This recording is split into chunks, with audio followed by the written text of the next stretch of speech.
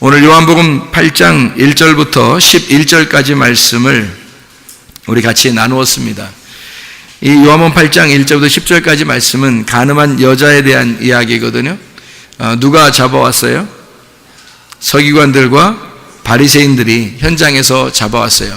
현장에 잡아왔으니까 도망갈 여력이 없죠. 그래서 그대로 잡혀온 이 여자.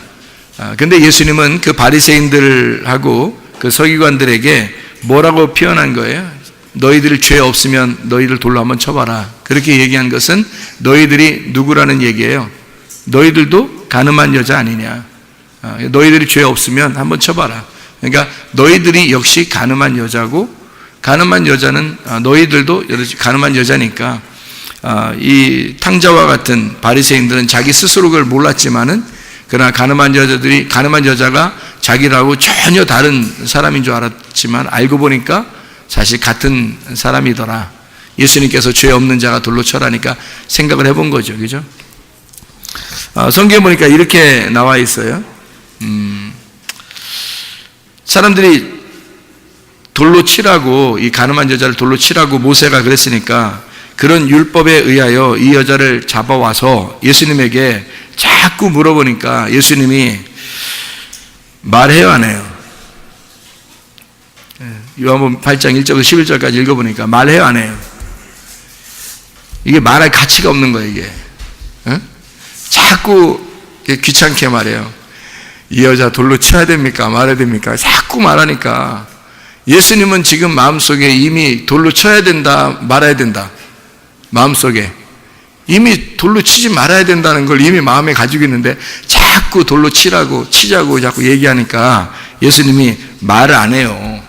말 안 하고 땅바닥에다 뭘 쓰죠. 그러니까 말하기 싫다는 얘기야. 땅바닥에다가 뭘 쓰는 거야. 뭘 썼겠어요?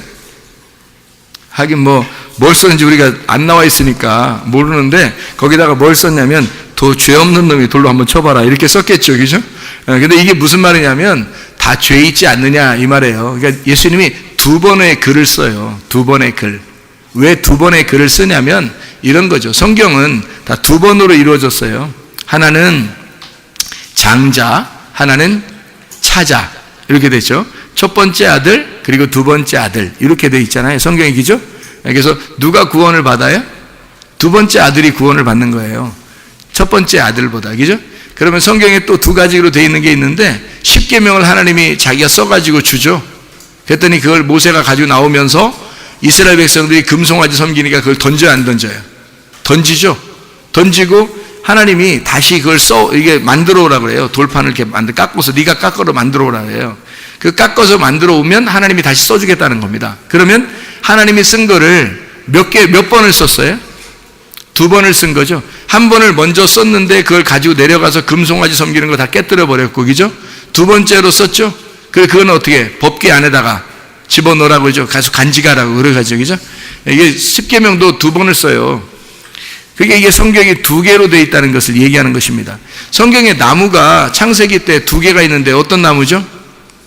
하나 선악과 나무고 하나는 생명나무예요. 그죠? 여러분은 생명나무 먹고 싶어요? 선악과 먹고 싶어요? 생명나무 먹고 싶죠? 그러니까 성경에 다 써 있으니까 생명나무 먹는 거죠. 일부러 성경에 다 써 있는데 선악과 먹으러 가는 사람이 어디 있겠어요? 생명나무 먹으러 가겠죠. 그죠? 그러니까 나무가 두 개 있어요. 왜 두 개일까? 하필이면 세 개면 안 되는 거예요? 네 개면 안 되고? 안 돼요. 딱 두 개만 나와야 되는 거예요. 딱 두 개. 그래서 하나는 선악과 하나는 생명나무. 이 두 개가 이렇게 하나로 설명해 주려고 하는 거예요. 십계명도 두 개가, 하나는 첫 번째는 깨뜨려지는 십계명, 또 하나는 법궤 안에다가, 언약궤 안에다가 이렇게 집어넣는 십계명. 그래서 하나는 우리 마음판에 새기는 십계명이고 하나는 깨뜨려 버리는 십계명이에요. 그러면 하나는 깨뜨려 버리는 십계명은 어떤 십계명일까요? 율법이죠. 율법. 이 땅에 오셔가지고 죽으시는, 율법 안에서 죽으시는 예수님을 말하는 거예요. 그리고 우리 안에 간직되는 십계명은요, 마음판에 새긴 말씀이죠. 마음판에 내가 부활하신 예수님을 마음판에 간직하는 말씀, 그게 예수님이란 말이에요. 그게 십계명. 그래서 하나는 깨뜨려져야 할 십계명, 하나는 마음판에 있는 십계명, 하나는 선악과의 십계명, 하나는 생명나무의 십계명이란 말이에요. 자, 이해가 되겠죠? 그래서 여기에 땅바닥에다가 두 번을 쓴 거예요. 첫 번째 쓰는 건 뭐예요? 율법으로 너를 정죄하겠다는 얘기입니다. 여기서 죽지 않을 놈이 누가 있냐, 이걸 쓰는 거죠. 두 번째 쓸 때는요, 그럼에도 불구하고 내가 너희를 구원하겠다는 얘기입니다. 이게 두 번째 쓰는 거예요. 그러니까 두 번째 쓸 때는 복음을 쓰는 거예요. 첫 번째 쓸 때는 율법을 쓰는 거고, 그래서 율법과 복음을 두 가지를 같이 쓰기 때문에 두 번을, 뭐 이렇게 피곤하게 일어났다 앉았다 막 하겠어요. 일부러 이게 두 번 쓰면서 한 번만 딱 쓰면 됐지. 두 번을 일부러 쓰는 거예요. 이게 두 개로 말씀하시는 주님이란 말입니다. 성경을, 그러니까 이게 일괄성 있게 딱 성경이 처음부터 끝에까지 다 두 개로 이렇게 이루어졌다라는 걸 알게 되면, 왜 두 번을 일어났다 앉았다 썼을까를 알게 되겠죠. 그죠? 이게 두 번을 썼다. 자, 그래서 두 번을 쓴 겁니다. 자, 가늠한 여자를 놓고 예수님께서 가늠한 여자한테 나도 너를 정죄하지 아니하노니, 나도 너를 정죄하지 않겠으니까 너도 다시는 죄를 짓지 마라. 그러죠? 근데 여러분, 하나님께서 여러분을 나도 너를 정죄하지 아니하노니라는 그런 용서를 받았어요, 안 받았어요, 여러분이? 받았죠. 근데 왜 또 간음하고 그러죠? 그런데 왜 우리가 욕심을 내죠? 그런데 왜 우리가 또 미워하죠? 우리가 왜 또 다른 것 더 좋아하죠, 하나님보다? 우리 보고 다시는 그렇게 하지 마라. 내가 너를 용서할 테니까 다시는 그렇게 하지 말라고 했는데, 왜 우리는 또 가서 간음하고, 왜 또 음란하고, 왜 미워하고 욕심내고, 왜 거짓말하고, 왜 화내고, 왜 네 뜻대로 자꾸 사느냐 이 말이에요. 간음한 여자한테는 분명히 그렇겠죠? 다시는 그렇게 하지 말라고. 그렇죠? 그런데 왜 우리는 또 그렇게 하느냐 이거예요. 예수님 또 한 번 죽었으면 좋겠어요? 안 되죠? 단번속죄. 한 번 예수님이 십자가 못 박혀 돌아가시면 우리의 육체가 죽어버린 거예요. 더 이상 우리 육체가 살아나서 살아갈 수가 없다고요. 그러니까 육체적으로 완전히 죽고 그리스도의 몸이 돼야 되거든요, 우리가. 그게 복음이란 말이에요. 그러니까 우리는 그리스도의 복음으로 부활하신 예수님 안에서 살아가야 되는 거예요. 죽으실 예수님은 이미 예수님이 죽으셨으니까, 나를 위해서 죽으셨으니까 더 이상 예수를 다시 십자가 못 박으면 안 된다는 얘기죠. 이해가 되겠습니까? 그러니까 주님께서 우리를 구원하시는 목적은 다시는 그렇게 살지 마라, 이렇게 하려고 주님이 용서하신 거예요, 우리를. 자, 간음한 여자를 나도 너를 정죄하지 아니하노니, 그 말은 용서한다는 얘기잖아요. 다시는 그렇게 범죄하지 마라, 다시 그렇게 살지 마라, 그런 거 아니에요. 그러면 여러분이 다시 그렇게 살면은 용서받은 걸 안 거예요, 모른 거예요? 모른 거예요. 다시 그렇게 살지 않게 되면요, 여러분의 인생을 이제 똑바로 살게 됐어요. 이제는 진짜 내가 구원받은 사람으로서 예수님의 그 부활 안에서 내가 살아가야 되겠다 해서 열심히 정말 하나님의 율법 안에서 그 복음을 발견하고 그 복음으로 내가 정말 기쁨으로 살게 됐어요. 그러면 다시는 그런 범죄 할까 안 할까요? 안 하죠. 미워하고 싶겠어요? 욕심 부리고 싶겠어요? 생각해 보세요. 거짓말하고 싶겠냐고요? 음란하고 싶겠냐고요, 여러분? 화내고 싶겠어요?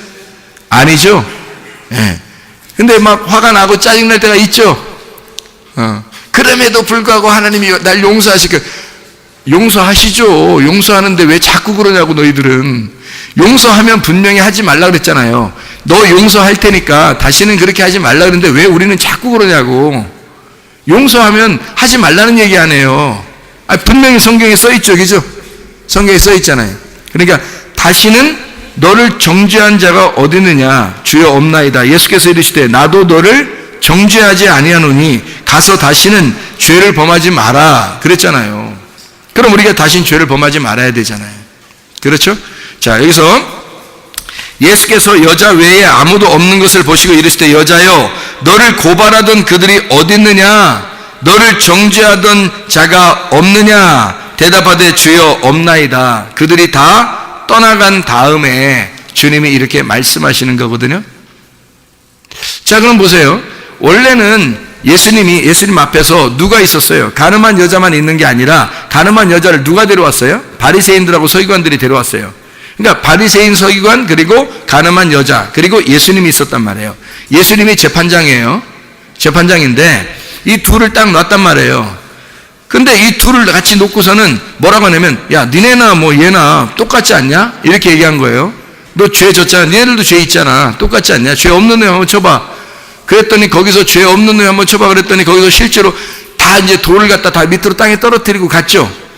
그게 정상이잖아요. 성경에 나와 있으니까. 근데 만약에 성경을 다시 쓰려고 했는데 어떤 또라이가 만약에 거기서 느낌이 안 와. 자기가 죄인이라는 느낌이 잘 안 오는 거야. 교회를 열심히 다녔기 때문에 자기는 죄인, 음란한 것 같지도 않고 거짓말한 것 같지도 않고 뭐 미워한 것 같지도 않고 여기 자기는 좀 죄인 같지가 않아. 느낌이 안 오는 거예요. 죄라는 느낌이. 그러면 그 사람 어떻게 됐을까요? 죄 없는 놈이 한번 쳐와 그랬더니 다 죄 있다고 자기가 다 발등에다 돌을 던져놓고 갔는데 이 또라이 같은 놈은 어떻게 생각할까? 자기 죄 없는 것 같은 거야. 그래서 이런 놈이 한 놈만 나오면 어떻게 해요? 그 중에서 이런 놈이 한 놈만 나오면 죽는 거야. 그냥 돌 던져서 다 돌 내려놓고 가는 게 정상이거든요. 주님 이 말씀을 깨달았단 말입니다. 그 말은 뭐예요? 다 자기가 죄인임을 깨달았다는 얘기죠, 그죠? 근데 자기가 죄인임을 깨닫지 못하고 가는 사람이 있다는 얘기예요. 설교를 듣고 나서도 자기가 죄인임을 깨닫지 못하고 가는 사람이 있다는 얘기예요. 그런 또라이 같은 사람이 한 명만 나오면 그가 돌을 던져버린다고. 그 여자에게. 여러분은 아니겠죠? 여러분은 그런 또라이가 아니겠죠, 그죠? 그런 또라이들이 있다고요, 여러분. 자기는 죄인 같지가 않고 다른 사람이 영 죄인 같은 사람, 그런 사람이 있다고요. 자기는 죄진 것 같지 않고 자기는 잘못 하나도 없고 다른 사람이 다 죄진 것 같다고요. 다른 사람이 잘못한 것 같다고. 부부가 싸워도 네가 잘못해서 그런 것 같다고요. 이게 자기는 잘못 안 한 것 같다고. 그게 또라이예요. 그게. 성경적으로 말하면 그런 사람은 한 명도 없어야 되는 거예요. 적어도 너보다 더 의로웠던 바리새인들도 서기관들도 자기의 죄책감을 가지고 있었다고요. 사람의 양심이라고 하는 건요, 죄책감을 갖는 게 정상입니다. 근데 죄책감을 안 갖는 사람들이 있어요. 그 뭐라고 하는 줄 알아요? 세 글자로? 사이코라 그러는 거야. 그 또 다른 세 글자로 뭐라고 한다고요? 또라이. 죄책감을 안 갖는 사람들이 있어요. 그래서 감정이 안 살아나는 거야. 감정이 없어요. 그런 감정이 없으니까 이런 사이코들만 그 가운데 한 명만 있으면요, 그냥 죽는 거예요. 그 가늠한 여자는. 근데 참 다행스럽게도 이런 사이코가 없었던 거야. 그 가운데 한 명도. 자기가 다 죄책감을 가진 거예요. 아니, 바리새인들이 죄책감 가질 정도면 여러분과 저는 죄책감을 100번이라도 가져야 되는 거죠. 그렇지 않습니까? 죄책감을 갖는 게 양심이 바른 거예요. 죄책감을 갖는 게. 죄책감을 갖는다는 얘기는 뭘 얘기하는 거냐면 내가 간음한 여자다라고 하는 것을 아는 거예요. 바리새인들과 서기관들이 내가 간음한 여자다라고 하는 거예요. 여러분 솔직히 교회 나오면서 자기가 간음한 여자라고 잘 느껴지지 않죠? 사이코 아닙니까? 그럼? 그걸 또라이라 그러는 거예요. 자기가 간음한 여자처럼 그런 죄인이라고 느껴지질 않는 거예요. 잘. 감정이 안 살아나는 거예요. 감정이 없는 거야, 이게. 내가 죄인인가? 나 별로 죄진 것 같지가 않은데. 그걸 일컬어 또라이라 그러는 거예요. 성경적으로 말하면. 다 죄책감을 갖게 돼 있어요. 주님을 만나면. 말씀을 만나면, 말씀을 들으면 다 죄책감을 갖게 돼 있다고요. 그렇구나, 내가 죄인이구나 라는 걸 다 갖게 돼 있다고요. 누구나. 바리새인 서기관들도 간음한 여자를 데려와서 돌로 때려 죽이려고 했던 그 사람들도 죄책감을 갖게 돼 있다고요. 여러분, 예수를 만나면, 말씀을 만나면. 그러면 양심의 가책이 없고 죄책감을 갖지 않은 사람은 뭘 말하는 거냐면 말씀을 못 만났다는 얘기입니다. 예수를 못 만났다는 얘기예요, 그 사람이. 그래서 양심의 가책이 안 생기는 거예요. 죄인인 것 같지가 않은 거야, 자기가. 참 희한한 얘기죠. 그죠? 바리새인들이 떠났다. 바리새인들이 다 떠나고 여자와 주님만 남아있더라. 그들이 이 말씀을 듣고 양심의 가책을 느껴 어른으로 시작하여 젊은이까지 하나씩 나가고, 다 나가고 오직 예수와 그 가운데 섰는 여자만 남았더라. 뭘 얘기하는 걸까요? 껍질이 벗겨지고, 그 말이에요. 껍질이 벗겨지고 그들이 다, 껍데기는 나가버리고 껍질은 벗겨지고 간음한 여자는 남고 알곡은 창고에 들어가고 껍데기는 다 날아가고, 그 말입니다. 모든 선지자와 율법이 예언한 것은 요한까지니 예수가 오면 요한까지 있었던 모든 말씀들은 다 날아가고, 그 말이에요. 예수가 오니까 복음만 남아있고, 율법 안에서 요한까지 있었던 그 율법 안에서 오신 마태복음 11장 11절부터 13절까지의 말씀하는 그 율법 안에서 오신 그 예수, 그래서 율법은 다 예수가 오면 다 완성이 되고 예수가 그걸 완성시켜 우리에게 복음만 남아있고, 그 말이에요. 그러면 그 복음만 남아있으면 가늠한 여자라 할지라도 정죄함 받을 수가 없습니다. 그 복음 안에서는. 이해가 됩니까? 근데 왜 우리는 사람들을 정죄하느냐 이거예요. 왜 사람들을 비판하고 판단하고 왜 죄를 정하느냐 이거예요. 왜냐하면 아직도 여러분 우리 속에 그리스도의 복음이 들어와 있지 않기 때문입니다. 그리스도의 복음이 들어와 있으면 가늠한 여자라 할지라도 정죄할 수가 없다는 거예요. 그 복음 안에서는. 이해가 되십니까? 무슨 말인가? 껍질이 날려가 껍질이 까지는 날, 알곡이 모아 하늘 창고에 있는 날, 이게 아들이 오는 날입니다. 하나님의 아들을 만나는 날, 말씀을 만나는 날, 주의 말씀을 만나는 날, 여러분과 제가 하나님의 말씀을 만나 예수 그리스도 하나님의 아들을 여러분 만나는 날, 그날 껍질은 까지고 알곡은 남게 돼서 그 알곡은 창고에, 껍질은 불에 태워지고. 이해가 되겠습니까? 불과 성령으로 오시는 주님. 종의 일이 벗겨지고 아들이 되는 날, 이제는 종처럼 살던 것이 벗겨지고 율법적으로 살던 것이 다 벗겨지고 이제 아들의 복음으로 사는 날, 이것이 주님 아들이 오는 날이란 말입니다. 마태복음 24장에 보면 막 성전이 무너지고 모든 종말이 오고 막 재난이 오고 막 이런 얘기가 있죠. 그래요. 그 날이 크고 두려운 날입니다. 주님이 오시게 되면 이런 크고 두려운 날이 우리 속에서 일어난다고요. 그럼 우리 속에서 우리를 파괴하고 우리를 무너뜨리고, 그 날이 뭐냐면 나의 껍질은 벗겨내고 하나님의 알곡이 되는 날, 하나님의 아들이 내 안에 임하는 날, 그게 하나님이 함께 하시는 날. 마태복음 25장에 보면 열처녀와 달란트 그리고 양과 염소에 대한 비유가 있죠. 다 마찬가지입니다. 미련한 5처녀가 슬기로운 5처녀가 돼야 되고, 미련한 5처녀는 주님이 오시는 날, 미련한 5처녀는 심판을 받게 되고요. 슬기로운 5처녀는 알곡에 모아 창고에 모아서 알곡으로 들어가는 사람들. 달란트 비유도 마찬가지죠. 달란트 비유도 5달란트 받은 사람, 2달란트 받은 사람은 하나님의 창고에 들어가겠죠. 근데 1달란트 받은 사람은 그걸 숨기고 있다가 땅에 감추어 놓고 있다가 멸망받는 겁니다. 주님이 심판하러 오시면, 결산하러 오시면 말이에요. 왜 그걸 갖다 감춰놓으면 좋은데, 왜 그걸 잘 감춰놓으면 좋은 건데 왜 그걸 심판할까? 하나님은 네가 그 말씀을 5달란트, 2달란트, 1달란트의 그 말씀을 네가 전하지 않았다는 거예요. 네가 그걸 그리스도가 네 속에 있는 걸 입증하지 않았다는 거예요. 너 구원이 안 왔다는 겁니다. 마음으로 네가 믿어서 의에 이르렀는데 하나님의 사랑이라는 그 말씀을 네가 깨달았는데 알았는데 말하지 않았다는 거예요. 다시 말하면 네가 그리스도를 입증하지 않았다는 거야. 그리스도를 장사해야 하는데, 그리스도를 장사하고 무역해야 하는데 네가 그거 하지 못했다는 거예요. 기름 등불이 꺼졌다는 얘기입니다. 그 사람 속에 들어와서 기름 등불이 있었는데 기름 등불이 왔는데 그 안에서 꺼져버렸다는 거예요.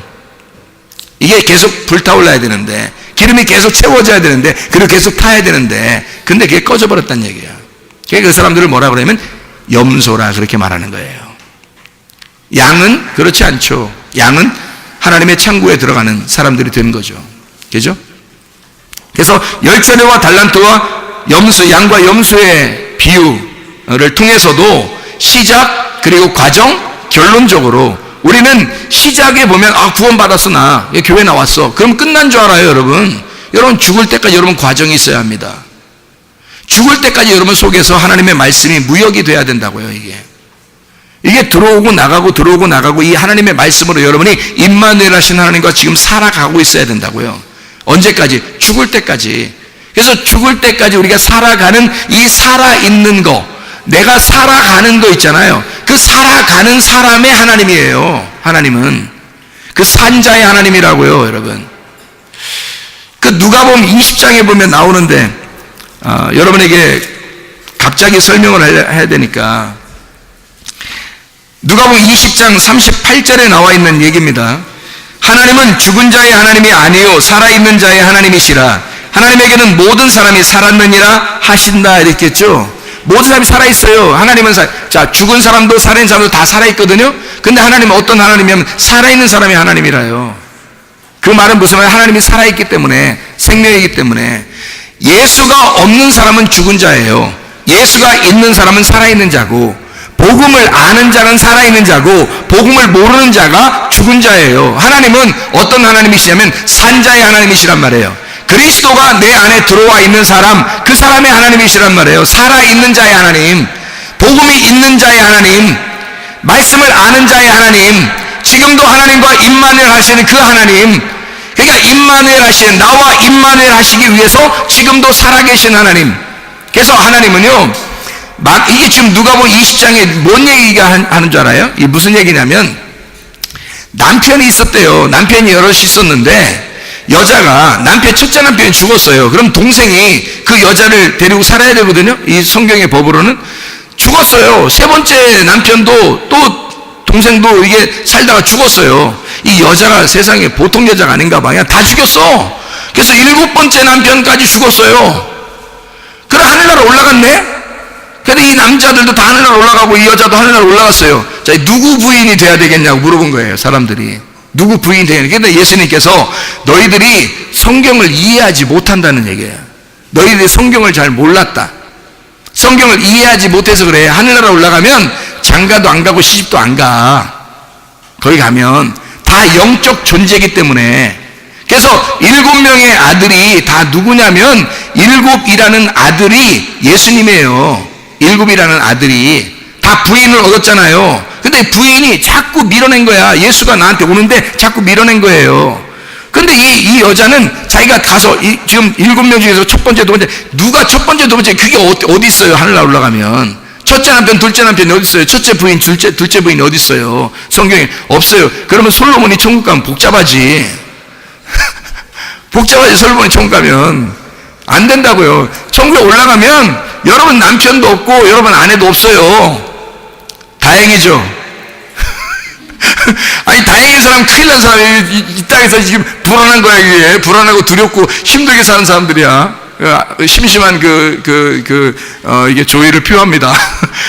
이게, 불안한 사람은 그렇게 살려고 하지 않아요. 그 죽은 자예요. 하나님의 복음이 들어오면 우리 안에 기쁨이 있어야 돼요. 행복이 있어야 되고, 그게 산자죠. 하나님, 그리스도가 내 안에 들어온 사람, 그 사람 산자의 하나님이라는 거예요. 그래서 하나님 어떻게 하냐면 아브라함의 하나님, 이삭의 하나님, 야곱의 하나님이다. 나는 그렇게 얘기해. 하나님이. 그 말은 아브라함의 하나님이었다, 이삭의 하나님이었다 옛날에, 야곱의 하나님이었어 내가, 이런 얘기 아니에요. 지금 아브라함의 하나님이고 이삭의 하나님이고 지금도 야곱의 하나님이야. 그러면 아브라함, 이삭, 야곱은 시대별로 다 이렇게 틀렸죠, 그죠? 시대별로 다 다르게 나타났잖아요. 옛날에 나타났고 또 나타났고, 그 다음에 최근에 나타난 게 아브라함, 이삭, 야곱에게 나타났는데 또 내가 있잖아요. 내가 여기에. 그러니까 아브라함, 이삭, 야곱, 그 다음에 내가 있잖아요. 그러면 여기도 하나님이었고 여기도 하나님, 여기도 하나님인데 나의 하나님이 되시니까 하나님 변함없다는 그런 얘기를 하는 거예요. 하나님은 계속 살아있다, 이런 얘기 하는 거예요. 그러니까 산자의 하나님이라는 거예요. 하나님은 살아있는 자의 하나님. 자, 죽고 난 다음에는 그럼 하나님이 돼버린 거야. 하나님 거기서 같이 있는 게 아니라, 이게 여기 와서 막 도와주고 이러는 게 아니라 그냥 우리가 죽잖아요. 그럼 하나님처럼 돼서 가는 거예요. 그게 우리가 하나님 저기 계시고 또 하늘나라 올라가서 이게 한다는 게 아니고, 우리가 하나님이 돼버리는 거라고, 천국이 돼버리는 거라고. 그래야 천국 가는 거라니까요. 천국을 가려고 노력하는 게 아니에요. 천국이 돼서 천국에 가는 거예요. 하나님의 아들이 우리에게 오시면 우리를 하나님의 아들 만들어요. 그 나라는 하나님의 아들의 나라예요. 내가 하나님의 아들이 되면 그게 천국이 되는 거죠. 그래서 천국 간다 그렇게 하는 거예요. 그러면 이 땅에서는 나를 도와주실 하나님이 필요하잖아요. 그 하나님이 내가 지금 살아있는 동안에 나의 산자의 하나님이 되신다는 거야. 여기서 내가 그리스도를 받아들이고 아버지를 받아들여 복음을 받아들인 그 사람의 하나님이 되신다는 얘기를 말하는 거예요. 내가 산 자가 돼야 그 하나님이 되신다는 거예요. 죽은 자의 하나님이 아니라 내가 죽은 자면 복음을 받아들이지 않았다는 얘기고, 내가 죽은 자면 그리스도를 밀어냈다는 얘기인데, 그런데 어떻게 그의 하나님이 되시겠냐고요. 내가 그리스도를 받아들인 사람, 이 사람이 산 사람이란 얘기야. 복음을 받아들인 사람, 말씀을 깨닫게 된 사람, 나의 육체의 삶을 버려버린 사람, 그래서 영의 삶을 살려고 하는 사람, 이 사람이 살아있는 자예요. 그런 산 자의 하나님이 되신다, 이런 말입니다. 자, 껍데기는 날아가야 되겠죠. 껍데기 날아가고 알곡이 남아있어야 주님과 하나가 된단 말이에요. 그래서 그 여자가 그 중심에, 그 가운데 있었단 말이에요.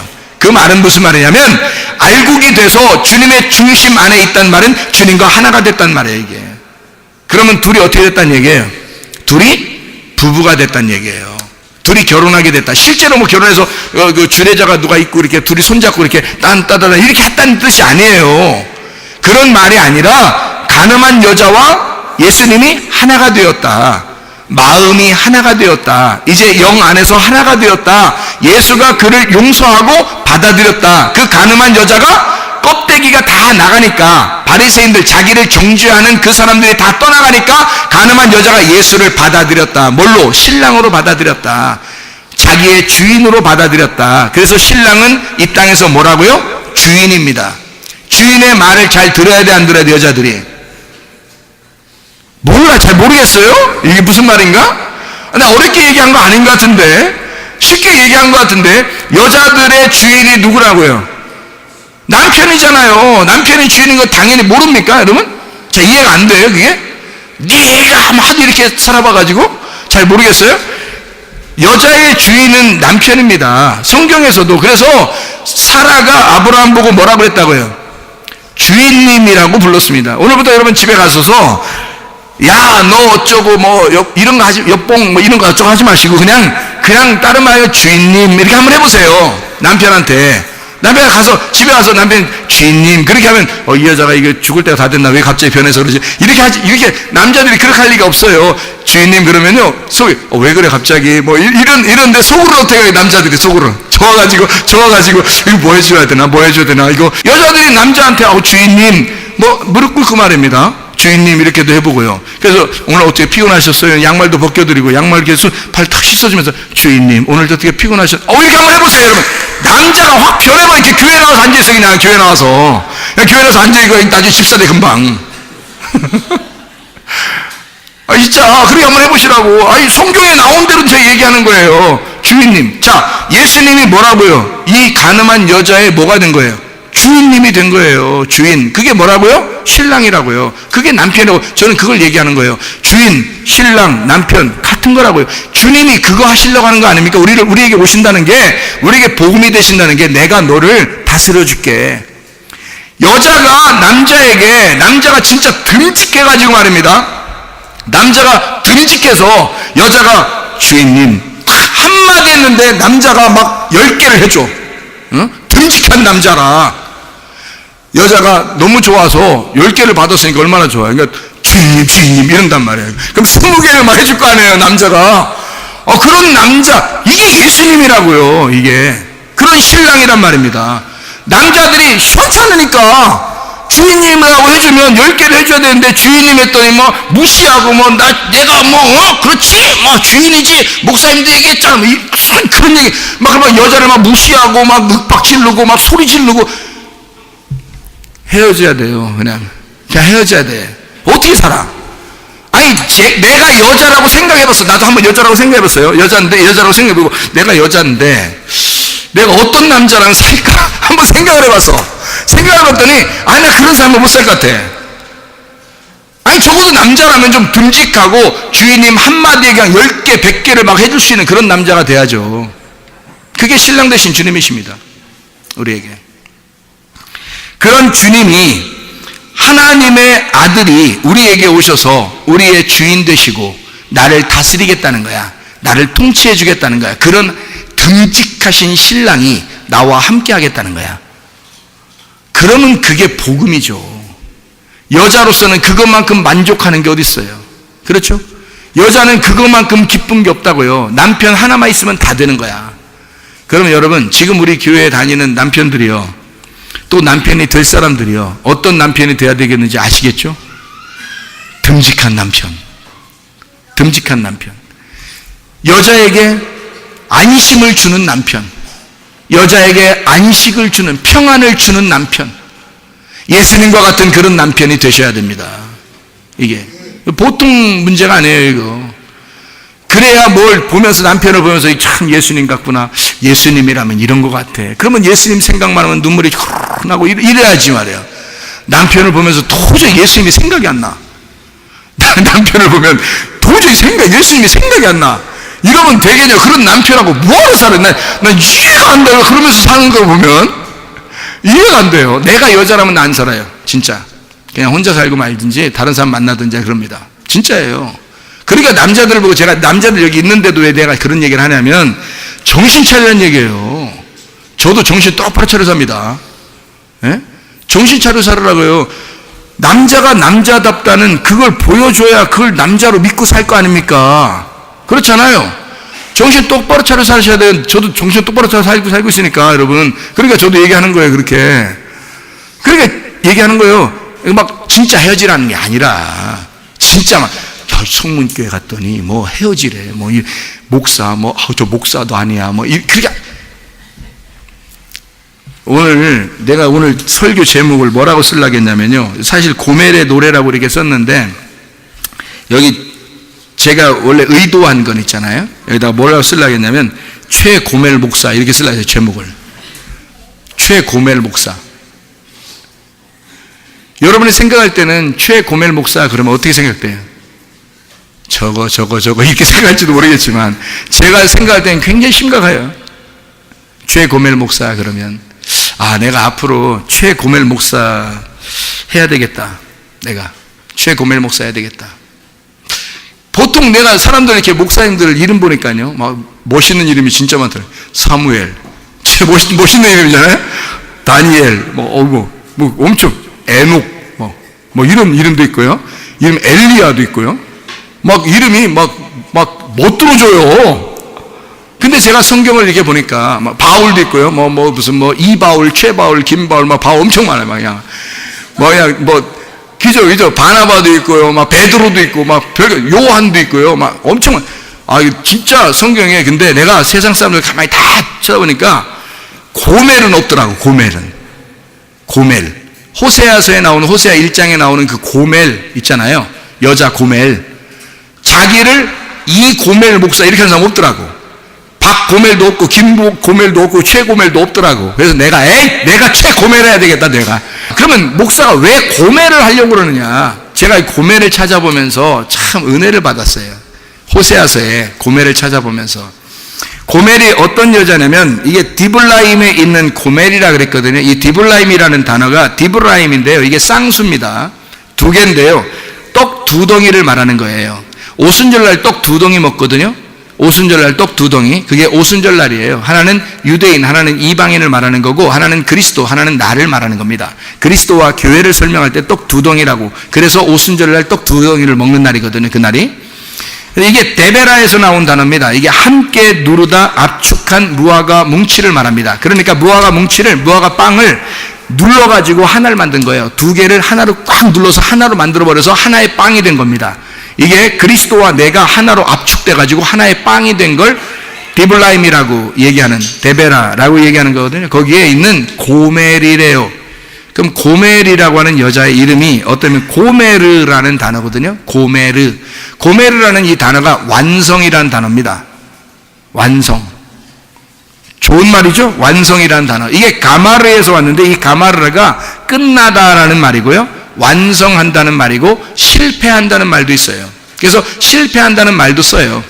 그러니까 실패 그리고 완성이라는 말이 같이 쓰이는 단어예요. 그러면 여러분 생각해 보세요. 실패한 나를 완성으로 만들어 가시는, 포기하지 않는 아버지의 마음을 고멜을 통해서 설명하려고 했던 겁니다. 이해가 되겠죠? 실패한 나를 완성으로 만들어 가시는 하나님의 마음, 그게 고멜이에요. 고멜이 등장한 것은, 그러니 하나님은 내가 여전히 연약하지만, 내가 여전히 부족하지만, 나는 실패할 수밖에 없는 사람이지만, 하나님 아버지는 나를 완성으로 만들어 가시는, 하나님의 창조로 만들어 가시는 그런 하나님의 마음이 내게 있구나. 그것이 고멜, 그래서 최고멜 목사로 해야 되겠다, 그런 겁니다. 아버지 하나님은 가만히 내가 생각을 해보니까 아버지 하나님만큼 바보가 없어요. 아버지 하나님만큼 바보스러운 분이 없더라고요. 여러분, 부모가 아버지하고 어머니하고 그 자식을 볼 때 어때요? 좀 자식들이 볼 때 좀 바보스럽지 않나요? 부모를 볼 때? 부모가 막 칼 같으면 말해요. 무섭죠? 그런데 부모는 그렇지 않거든요. 좀 바보스러운 데가 있어요. 그게 부모예요. 그게 아버지고 그게 어머니인 거예요. 고멜에게 향한 호세아 하나님 아버지의 마음은 진짜 바보 같은 거예요. 바보 같은 아버지의 마음을 가진 자, 고멜을 사랑하는 호세아.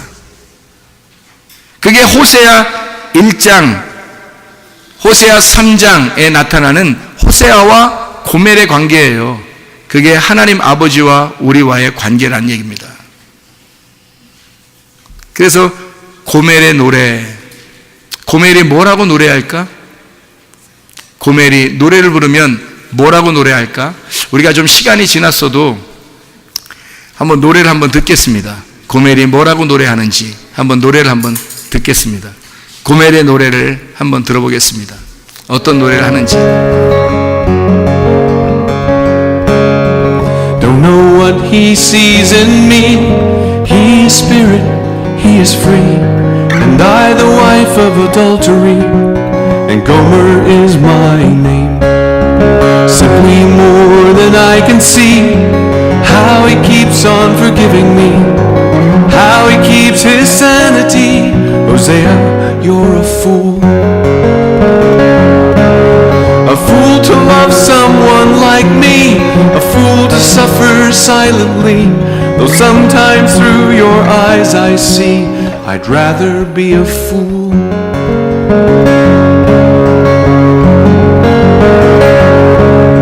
The fondness of a father, the passion of a child, the gentleness of a loving friend, an understanding smile.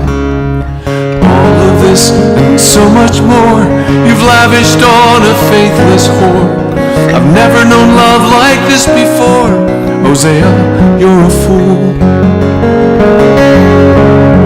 A fool to love someone like me, a fool to suffer silently, though sometimes through your eyes I see I'd rather be a fool.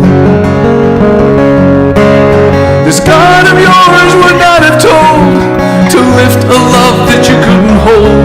And though time and time again I flee, I'm always glad to see you coming after me. Simply more than I can see, how he keeps on forgiving me. The wife of adultery, and Gomer is my name.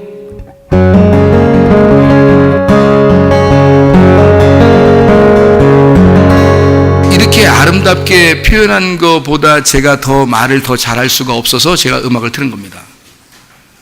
너무 아름답게 표현한 호세아, 고멜을 사랑하는 그 호세아, 당신은 바보요. 그게 우리 하나님 아버지의 마음입니다. 하나님은 그렇게 우리를 사랑하시는 거예요. 끊임없이 우리는 달아나려고 하고 끊임없이 우리는 벗어나려고 하지만, 그러나 다시 찾아오셔서 우리를 사랑하시는 그 하나님의 아버지의 마음의, 그게 호세아입니다. 그러니 나는 고멜이죠. 나는 그 사랑을 받는 고멜이죠. 여전히 부족하지만, 여전히 연약하지만, 그러나 사랑받는 고멜, 호세아의 그 사랑받는 고멜, 여러분이 그런 사람들 아닙니까? 우리 모두는 사실 고멜이죠. 오늘 가늠한 여자, 요한복음 8장 1절부터 11절까지의 말씀, 여기에서 가장 중요한 내용 한 가지가 있습니다. 이 가늠한 여자를 어느 눈으로 보고 있는 것인가? 누구의 눈으로 볼 것인가? 바리새인의 눈으로 볼 것인가? 아니면 예수님의 눈으로 볼 것인가? 그 여자를 볼 때 바리새인의 눈으로 보면 이거는 정죄할 수밖에 없는 그런 여인이에요. 죽을 수밖에 없고 율법으로 죄를 지은 것을 인정할 수밖에 없는 그런 여인이에요. 그런데 예수님의 눈은 어땠을까? 그 여자를 볼 때 어떤 눈으로 바라보고 있었을까? 예수님은 그 가늠한 여자를 어떤 눈으로 바라보고 있었을까? 예수님의 눈은 만약에 그 자리에 바리새인들과 서기관들과 막 웅성웅성하면서 그 가늠한 여자를 막 빨개 벗겨서 현장에서 잡아서 예수님한테 막 내동쟁이 치고 그 가운데 돌을 다 집어들어서 죽이기 전에 예수님한테 마지막으로 심판해달라고 물어보는 그 사람들의 그 아우성 소리 속에서 만약에 그 여자의 아버지가 거기에 있었다면, 거기에 그 엄마가 거기에 있었다면 그냥 같이 돌을 들고 있었을까? 그 엄마가 거기에 있었다면, 그 아빠가 거기에 있었다면 그 여자에게 과연 같이 돌을 들어 던질 수 있을까? 예수님의 눈은 바로 이 여자를 아버지의 눈으로 본 거예요. 내 딸이라면. 엄마의 눈으로 보는 거예요. 내 딸이라면 정죄할 수 있겠는가? 여러분의 남편을, 여러분의 아내를, 여러분의 자녀를, 여러분의 부모를, 여러분의 친구와 이웃을, 교회 성도들을 하나님 아버지의 눈으로, 그의 아버지의 눈으로, 그의 엄마의 눈으로 본다면 정죄할 수 있겠는가? 그래도 정죄할 수 있겠는가?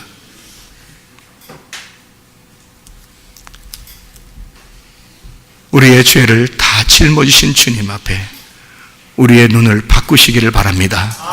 우리의 눈을 바꾸고 주님의 마음으로 보기 시작하십시다.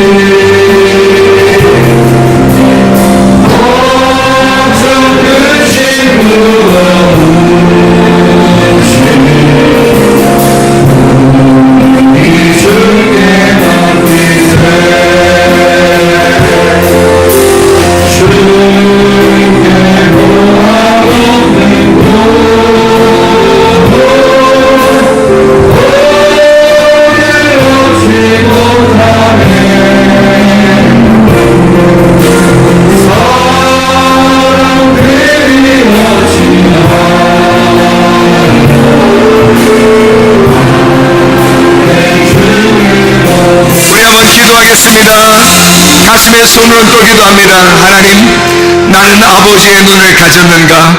나는 예수의 눈을 가졌는가? 내 마음속에 예수 그리스도와 내가 하나가 된 그 마음으로 살아가는 사람인가? 나는 임마누엘 되신 그 하나님과 동행하고 있는가? 주여, 나와 함께 해주셔서 지금도 나와 함께 동행하시는 그 주님과 동행하다가 주님 만나게 해달라고 한번 기도하겠습니다.